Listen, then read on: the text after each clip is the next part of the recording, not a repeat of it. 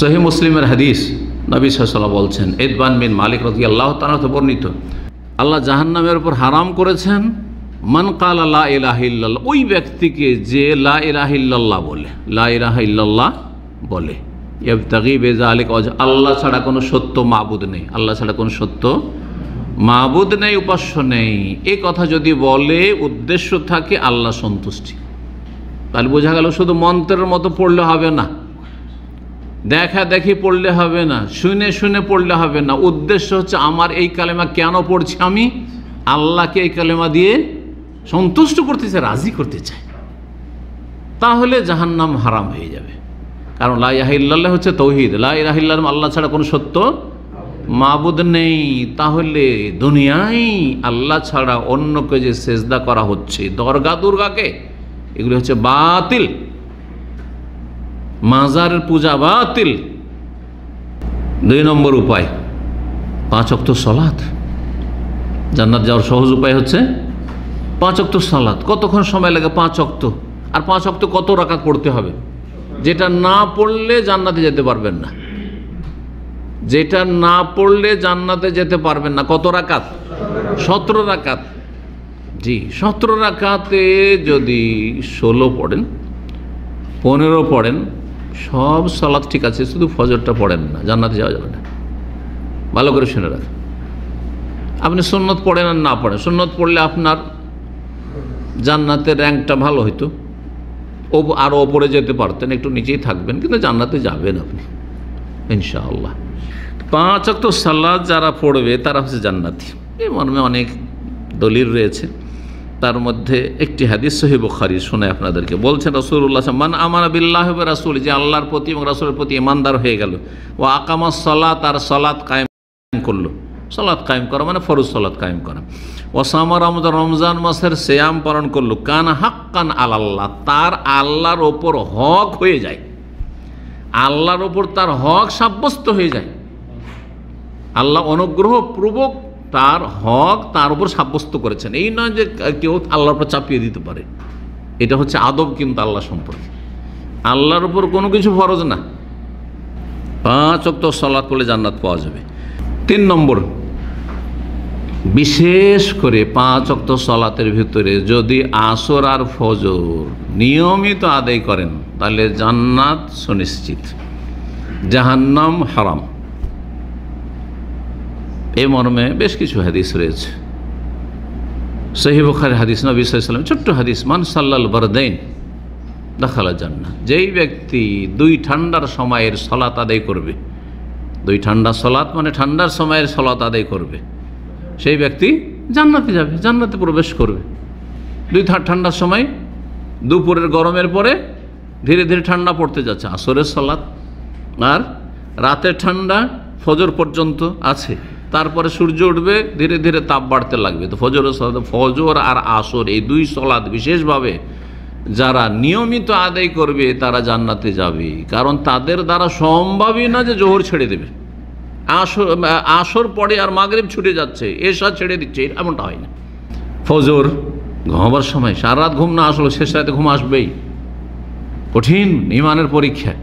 এই জন্য মুনাফিকি যদি মুক্ত হইতে হয় তাহলে আসর ফজর ঠিক রাখতে হবে। আসর ফজর যার ঠিক নেই তার মধ্যে মুনাফিকি আছে।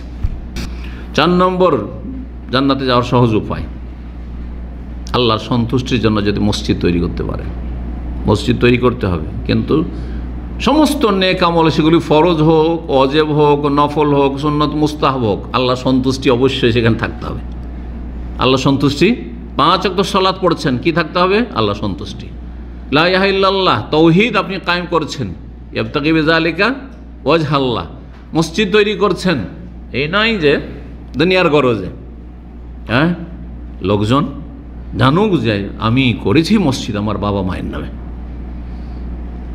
এলাকাবাসী জানুক যে আমি একজন এমপি মিনিস্টার, আমি কিছু করে দিয়েছি দেশবাসীর জন্য, কিছু পাবেন না আখিরাতে। সহিহ বুখারী হাদিস, নবী সাল্লাল্লাহু আলাইহি ওয়াসাল্লাম বলেছেন, মান বানা মসজিদান, 2 রকম রিওয়ায়াত রয়েছে। কোন রিওয়ায়াতে রয়েছে মান বানা মসজিদান লিল্লাহ, আল্লাহর জন্য, আর এই হাদিসে রয়েছে মান বানা মসজিদান ইয়াবতাগি বিহি ওয়াজহাল্লাহ।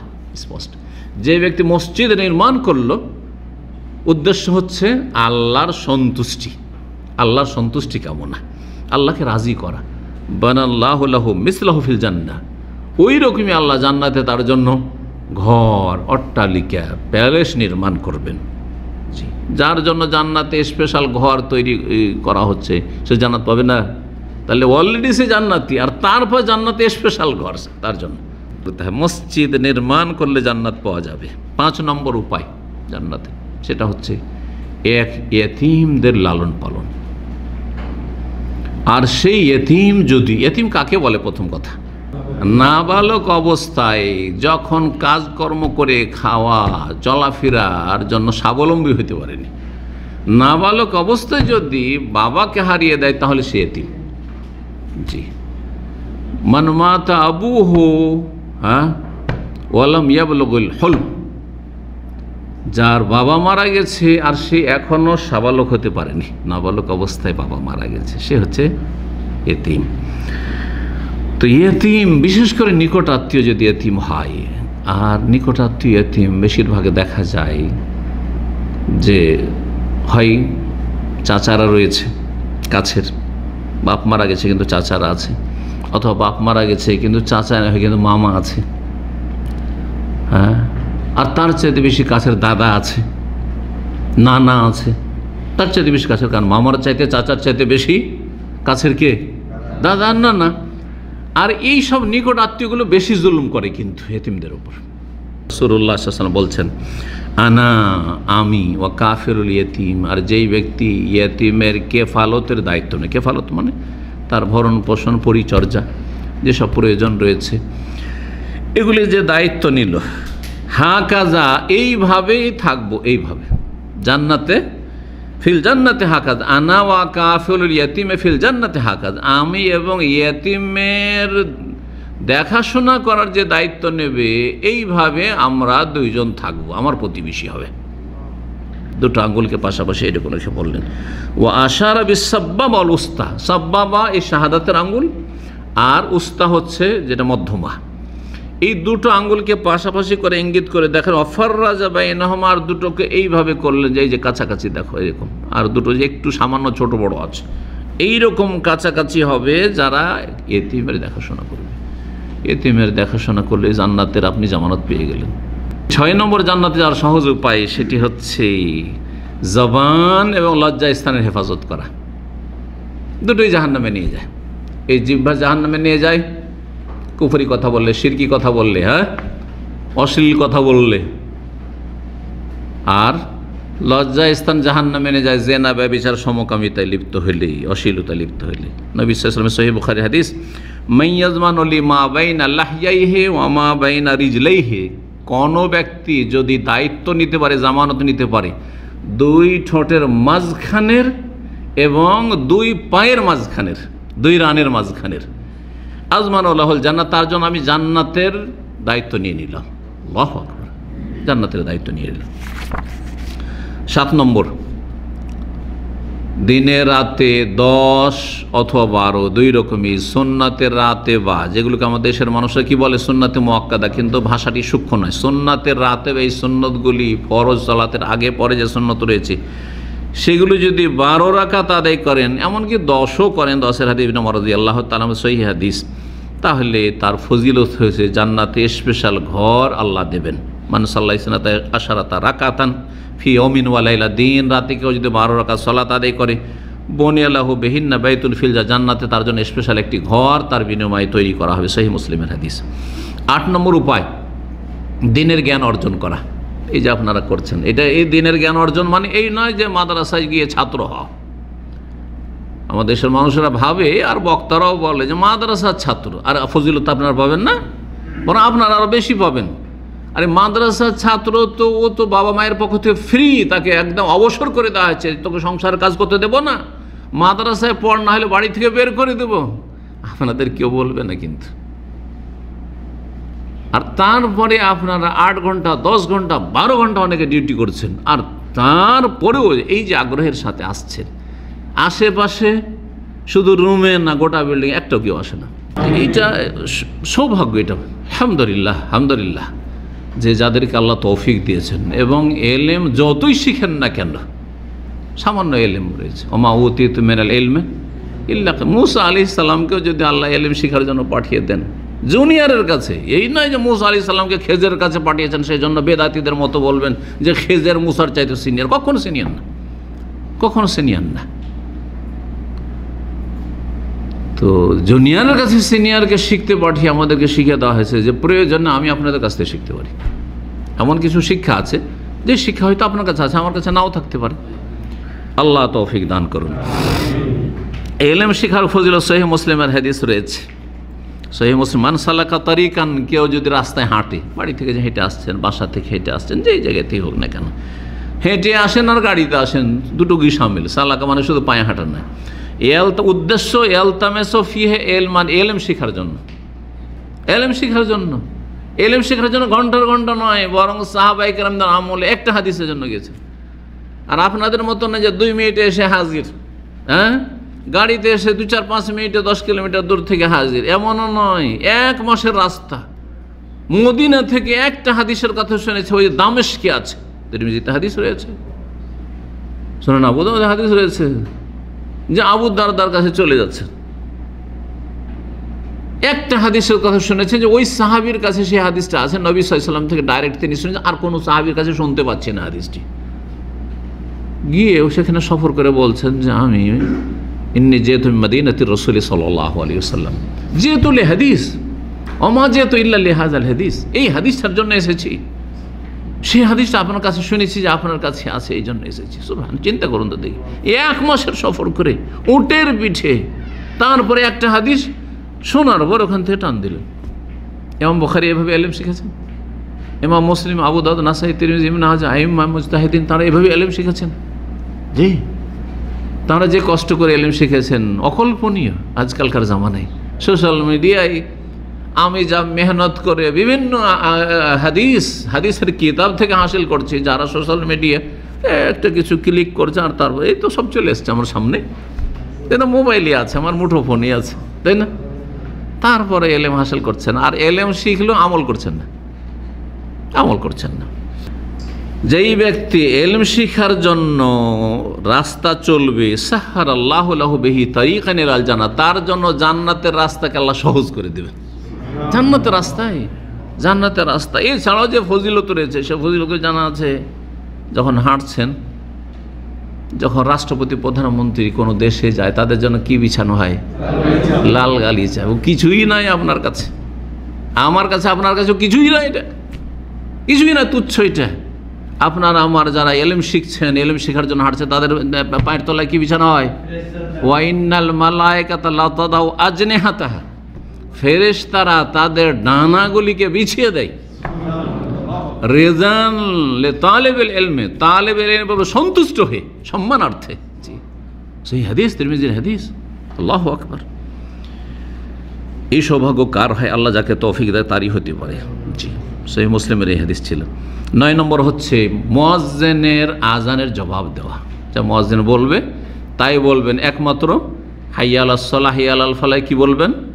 লা হাওলা ওয়ালা কুওয়াতা ইল্লা বিল্লাহ, লা হাওলা ওয়ালা কুওয়াতা ইল্লা। যখন সালাতের জন্য এসো, ফালাহর জন্য, মুক্তির জন্য এসো, তখন বলবেন লা হাওলা ওয়ালা কুওয়াতা ইল্লা বিল্লাহ, আল্লাহ ক্ষমতা দিলে আসছি, আল্লাহ ক্ষমতা দিলে আসছি, এই জন্য এটা বলা।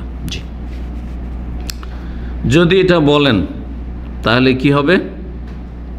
জি, নবী সাল্লাল্লাহু আলাইহি ওয়াসাল্লাম বলছেন, মান কালা মিসলা মা ইয়াকুলুল মুয়াজ্জিন মিন কলবিহি, যেই ব্যক্তি মুয়াজ্জিনের মতো বলবে, মুয়াজ্জিন যেভাবে আজান দিল ওইভাবে বলবে, দাখালাল জান্নাহ, সে জান্নাতে যাবে। সহজ? মুশকিল? কতক্ষণ লাগে? যতক্ষণ আজান হয়েছে। এমনিতে চুপচাপ নীরব না বসে থেকে আর এদিক সেদিক না করে 1 মিনিটের জন্য থেমে যান আর আজানের জবাবটা দিয়ে দেন, দাখালাল জান্নাহ, জান্নাতে যেতে পারে। সহিহ মুসলিমের হাদিস 578 নম্বরে, আবু দাউদেও রয়েছে। 10 নম্বর উপায় তাহিয়াতুল উযু। উযু করে অভ্যাস করলে হয়, কিন্তু সবসময় উযুতে থাকবো এটাও খুব সহজ চেষ্টা করলে, আর উযু করলেই 2 রাকাত সালাত পড়ে নেব এটাও খুব সহজ চেষ্টা করলেই হলো, মানে মন মানসিকতা লাগবে। আল্লাহ তৌফিক দান করেন। আবু দাউদের হাদিস 771 নম্বর বলছেন, রাসূল মা মিন আহাদিন ইয়াতাওয়াদ্দা, কোনো ব্যক্তি যদি উযু করে, ফায়ুহসিনুল উযু, আর সুন্দর করে উযু করে, ওয়াইসাল্লি রাকাতাইন, আর 2 রাকাত সালাত আদায় করে। 2 রাকাত পড়লেন, কি নামের? তাহিয়াতুল উজু, উজু সালামি। মসজিদে হলে তাহিয়াতুল মসজিদ, মসজিদ সালামি, আর এটি হচ্ছে উজুর সালামি। সব কিছু সালামি আছে, দোকানপাটে সালামি আছে না আমাদের দেশে। সালামিটাকে বিকৃত করে সেলামি বলে আমাদের দেশে, নাকি সেলামি, কিন্তু আসলে সালামি। জি, 2 রাকাত সালাত আদায় করলো। ইউকবিলু বিকলবিহি ওয়া ওয়াজহিহি, অন্তর থেকে এবং মুখমণ্ডল দ্বারা, অন্তর দ্বারা মুখমণ্ডল দ্বারা আল্লাহমুখী হয়ে সত্যি খুশুর সাথে সালাত আদায় করলো। ইল্লা ওয়াজাবাত লাহুল জান্নাত, তার জন্য জান্নাত ওয়াজিব হয়ে গেল, জান্নাত অবধারিত হয়ে গেল তার জন্য। কাজগুলি কত সহজ। 11 নম্বর হচ্ছে ছোট্ট একটি দোয়া, ছোট্ট একটি জিকির। আর এটা শুধু আজানের সময় না, আজানের সময় পড়াও রয়েছে। আশহাদু আন্না মুহাম্মাদুর রাসূলুল্লাহর পরে পড়াটাই হচ্ছে বেশি উত্তম আর বেশি সূক্ষ্ম, গবেষণা ভিত্তিক, কিন্তু আমার দেশে ওর উপর আমল নেই। এমনকি আহলে হাদিসরাও অনেকেই জানেন না এটা। কি করে? আজান শেষে পড়ে রাদিতু বিল্লাহি রাব্বান ওয়া বিল ইসলামি দীনান ওয়া বি মুহাম্মাদিন সাল্লাল্লাহু আলাইহি সাল্লাম নবিয়ান বা রাসূলান। আবু দাউদের 1306 নম্বর হাদিস, মান কালা, যে ব্যক্তি বলবে রাদিতু বিল্লাহি রাব্বা, আল্লাহর ওপর আমি সন্তুষ্ট, তাকে রব হিসাবে পেয়ে যায়, আমি রব মানতে পেরেছি, আল্লাহ আমার মালিক, রব। অবিল ইসলামে দিন, আর ইসলাম যে পেয়েছে আমার জীবন বিধান হিসাবে, এতে আমি সন্তুষ্ট। আমার মনে সবচেয়ে বড় শান্তি যে আমি একজন মুসলিম, ইসলাম আমার দিন। অবে মুহাম্মাদিন, মুহাম্মদ সাল্লাল্লাহু আলাইহি ওয়াসাল্লামকে পেয়েছি আমার নবী রসুল হিসাবে।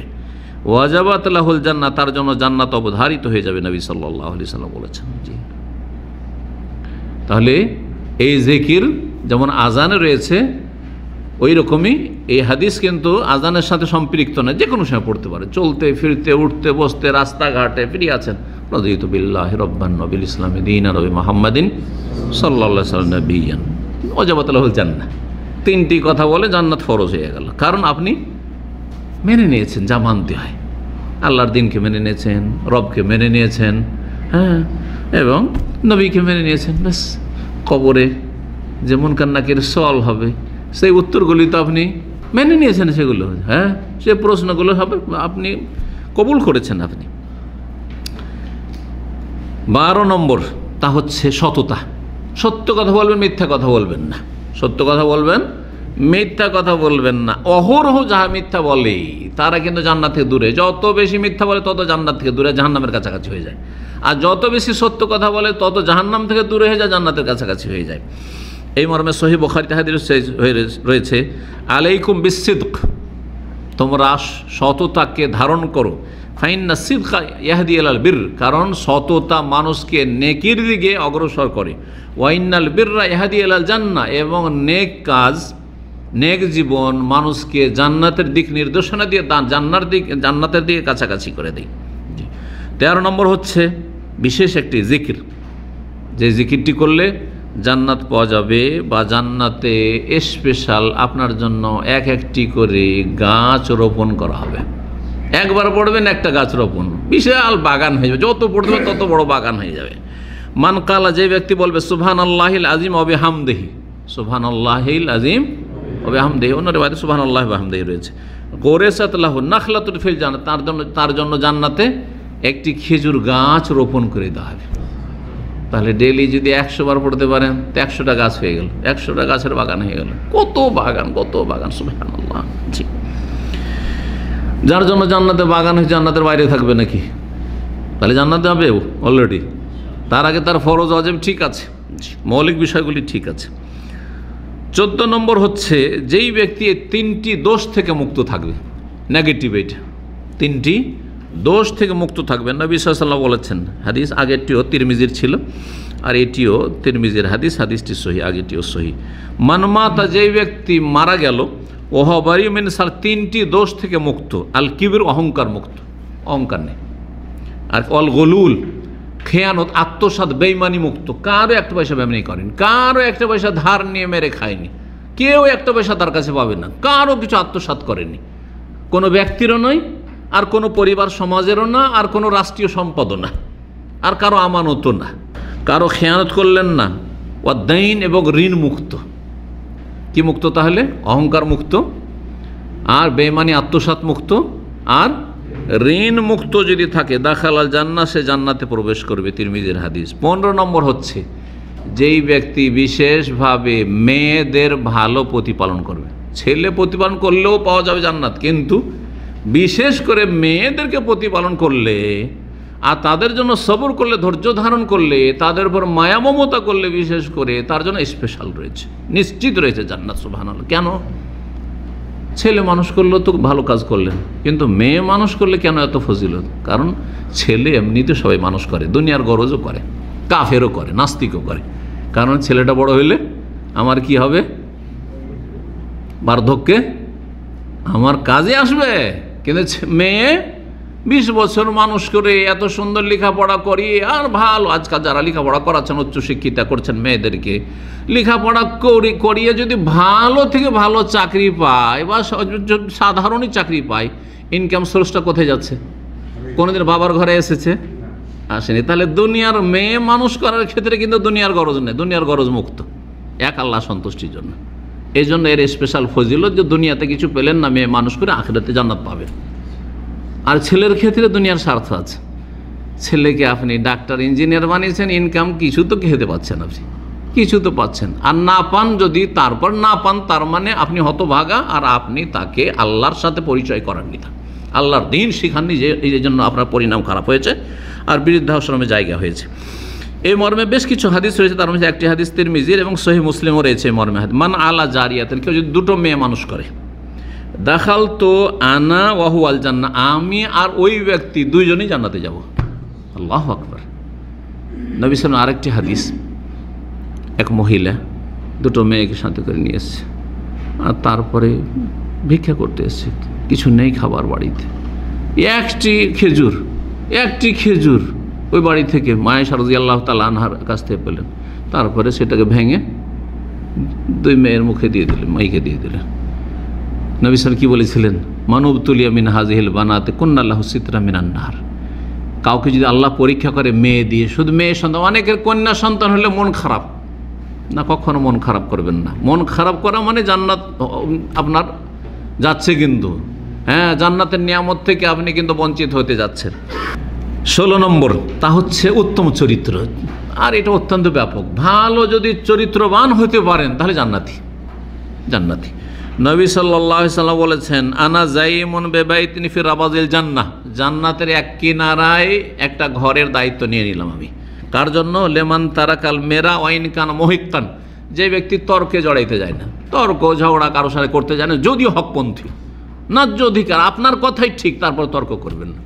আজকাল সোশ্যাল মিডিয়া লাগিয়ে দিয়েছেন তর্ক। কেন তর্ক করছেন? যদিও সেই ব্যক্তি ভুল বলছে, আপনি তার সাথে তর্কে জড়াতে যাচ্ছেন না, জড়াবেন না, এটাই ভালো।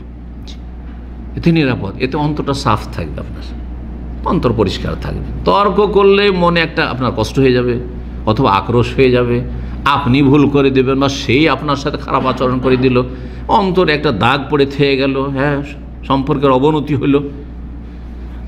এই জন্য নবী সাল্লাল্লাহু আলাইহি ওয়াসাল্লাম কথা বলেছেন, ওয়াবিবাইতিন ফি ওয়াসাতিল জান্নাহ, আর একটি ঘরের আমি জামানত নিচ্ছি জান্নাতের মধ্যবর্তী স্থানে, মাঝখানে।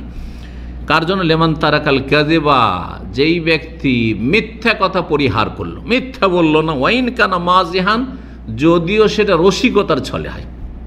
অনেকে রসিকতা করে মিথ্যা বলে, চাবিটা ভুলে গেছেন, আপনার রুমমেট অথবা পাশের লোক চাবিটা নিয়ে রেখে নিয়েছে, মোবাইলটা নিয়ে রেখেছে, তারপরে লুকিয়ে রেখে দিয়েছে।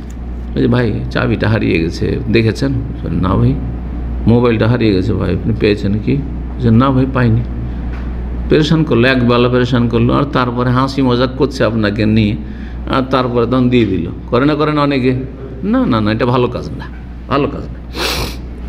ওয়াবিবাইতিন ফি আলাল জান্নাহ, জান্নাতের সবচেয়ে উচ্চ স্থানে স্পেশাল ঘরের জামানত নিচ্ছি, দায়িত্ব নিচ্ছি। কে বলছেন? রাসূলুল্লাহ সাল্লাল্লাহু আলাইহি সাল্লাম। কার জন্য? লেমান হাসানা খুলুকাহু, যেই ব্যক্তি তার চরিত্রকে ভালো করল। কার চরিত্র ভালো? চরিত্র ভালো কথাটি অত্যন্ত ব্যাপক। আপনি আমার কাছ থেকে যেটা আশা করেন সেটা আমার সাথে আপনি করবেন। আপনার ভাই বোনদের কাছ থেকে যেটা আশা করছেন যে তারা যেন আমার সাথে ভালো আচরণ করে, ওইটি আপনি তাদের সাথে করবেন, ব্যাস, এতটুকু যথেষ্ট। আপনার রুমের যারা আছে তাদের সাথে ওই আচরণটা করবেন যেটা আপনি তাদের কাছ থেকে আশা করছেন। আবু দাউদের হাদিস, হাদিসটি হাসান। 17 নম্বর, তিনবার যদি আল্লাহর কাছে জান্নাত চান, তিনবার যদি আল্লাহর কাছে জান্নাত চান তো জান্নাত দেবে আল্লাহ। এই জন্য নবী সাল্লাল্লাহু আলাইহি ওয়াসাল্লাম অধিকাংশ দোয়ায় কী করতেন? ইজা দা সালাহ, যা দোয়া করতেন তিনবার করে দাও, আল্লাহ তুমি আমাকে মাফ করে দাও, আল্লাহ তুমি আমাকে ক্ষমা করে দাও, আল্লাহ তুমি আমার গুনাহ মাফ করে দাও। একটা কথা তিনবার করে। জি না, ছড়িয়ে ধরেছেন আপনি। জি, মান সালাল জান্নাত সালাসা মারা, কেউ যদি জান্নাত চায় তিনবার, কালাতিল জান্নাত, তখন জান্নাত বলে আল্লাহ কি, আল্লাহুম্মা আদখিলহুল জান্নাহ, আল্লাহ তাকে জান্নাত দিয়ে দাও। সে তিনবার করে চাইছে। তিরমিজি, নাসাই, মুস্তাদরাক, হাকিমের হাদিস, হাদিসটি আল্লামা আলবানী সহিহ বলেছেন।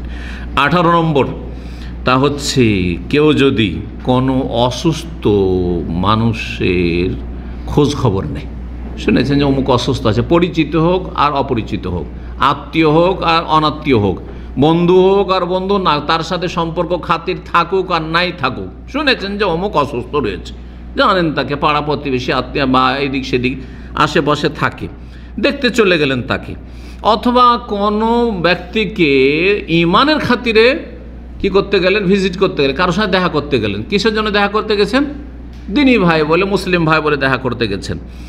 তাহলে জান্নাতে আল্লাহ ঘর তৈরি করবেন বা জান্নাতে স্থান দেবেন। তিরমিজিতে হাদিস রয়েছে, হাদিসটি হাসান। মান আদা মারিজান, যেই ব্যক্তি অসুস্থ ব্যক্তির খোঁজ খবর নিল, এই আদতকুল আউজারা আখাল্লাহ ফিল্লাহ, আল্লাহর জন্য যার সাথে ভ্রাতৃত্ব রয়েছে, দিনী ভাইয়ের জিয়ারত করলো, দেখা সাক্ষাৎ করলো, নাদামোনাদিন, আল্লাহর পক্ষ থেকে ফেরেশতা ডাক দেয়, আহ্বানকারী, আন্তিবতা তুমি খুব ভালো কাজ করেছো, ও তাবা মামসাকা, তোমার এই হেঁটে যাওয়াটা, সেখানে যাওয়াটা তোমার জন্য খুব ভালো হয়েছে, সৌভাগ্য, ও তাওয়া মিনাল জান্নাতে মানজিলা, জান্নাতে তুমি তোমার স্থান তৈরি করে নিয়েছো, জান্নাতে তোমার ঘর তৈরি করে নিয়েছো। 19 নম্বর, তাতে কয়েকটি বিষয় রয়েছে, তা হচ্ছে বেশি বেশি সালাম দেওয়া, আফসুস সালাম। 2 নম্বর হচ্ছে ওয়াতেমুত্তম, খেতে দেওয়া, সে গরিব হোক আর গরিব না হোক, গরিব অভাবীকে খাওয়াইলে বেশি নেকি, কিন্তু এমনিও যদি মুসলিম ভাই বোনদেরকে খাওয়ান, এমনি খাওয়ান, আমি আমার গ্রামবাসী খাওয়াবো, আমার বন্ধু বান্ধবকে খাওয়াবো, এমনি লোককে খাওয়াবো, আমি আমাদের এমনি যাদের সাথে আমার দেখা সাক্ষাৎ হচ্ছে, আমার ইসলামিক সেন্টার মাঝে মধ্যে খাওয়াই দেবো, অথবা আমি এমনি আমার রুমমেটদেরকে, আশেপাশের লোকদেরকে আমি খাওয়াই দেবো, যে তাতেও সব রয়েছে। এই নয় শুধু গরিবকে খাওয়াইলে নেকি রয়েছে, এটা ভুল কথা, কিন্তু যদিও যার যত বেশি প্রয়োজন তাতে বেশি নেকি রয়েছে। আর কি, আত্মীয়তার সুসম্পর্ক, আর রাতে তাহাজ্জুদ। কয়টি কথা হইল? জি, নবী সাল্লাল্লাহু আলাইহি ওয়াসাল্লাম মদিনা আসার পরে এই প্রথম বক্তব্যে এই কথাটি বলেছিলেন। একটি আলোচনায় আমার রয়েছে, তাদখুলুল জান্নাতা বিসালাম, এই 4টি কাজ করলে সহি সালামত জান্নাতে প্রবেশ করবে। তিরমিজির হাদিস, আল্লামা আলবানী সহিহ বলেছেন। 20 নম্বর, সেটা দিয়ে শেষ করছি, সেটা মহিলাদের সাথে সম্পর্কিত। কোনো মহিলা যদি এই কয়েকটি কাজ করে, আলমারাতু ইযা সাল্লাত খামসাহা, 5 ওয়াক্ত সালাত পড়ে কোনো মহিলা, ওয়াসামাত শাহর, রমজান মাসের সিয়াম পালন করে, ওয়াহাসানাত ফারজাহা, আর লজ্জা স্থানের হেফাজত করে, ওয়াতাআত বালাহা, আর স্বামীর সেবা যত্ন করে, আনুগত্য করে, অবাধ্য না, নাফরমানি করে না, স্বামীকে কষ্ট দেয় না, এই 4টি কাজ যদি করে, ফালতাদখুল মিন আইয়ি আবওয়াবিল জান্নাতি শাআত, তাহলে যে কোনো জান্নাতের দরজা দিয়ে সেই মহিলা জান্নাতে প্রবেশ করতে পারে। সেই দিন, কিয়ামতের দিনে, সেই মহিলাকে বলা হবে যে, এই মহিলায়, হে নারী, তুমি যেহেতু এই ভালো কাজগুলি করেছো, জান্নাতের যে কোনো দরজা দিয়ে তুমি জান্নাতে প্রবেশ করো। ইমাম আবু নুআইম রাহিমাহুল্লাহ তাআলা হিলিয়াতুল আউলিয়া নামের হাদিসের কিতাব তার রয়েছে, তাতে তিনি হাদিসটি বর্ণনা করেছেন। আল্লামা আলবানী রাহিমাহুল্লাহ হাদিসটিকে সহিহ বলেছেন। আজকের আলোচনা খানিকটা লম্বাই হলো।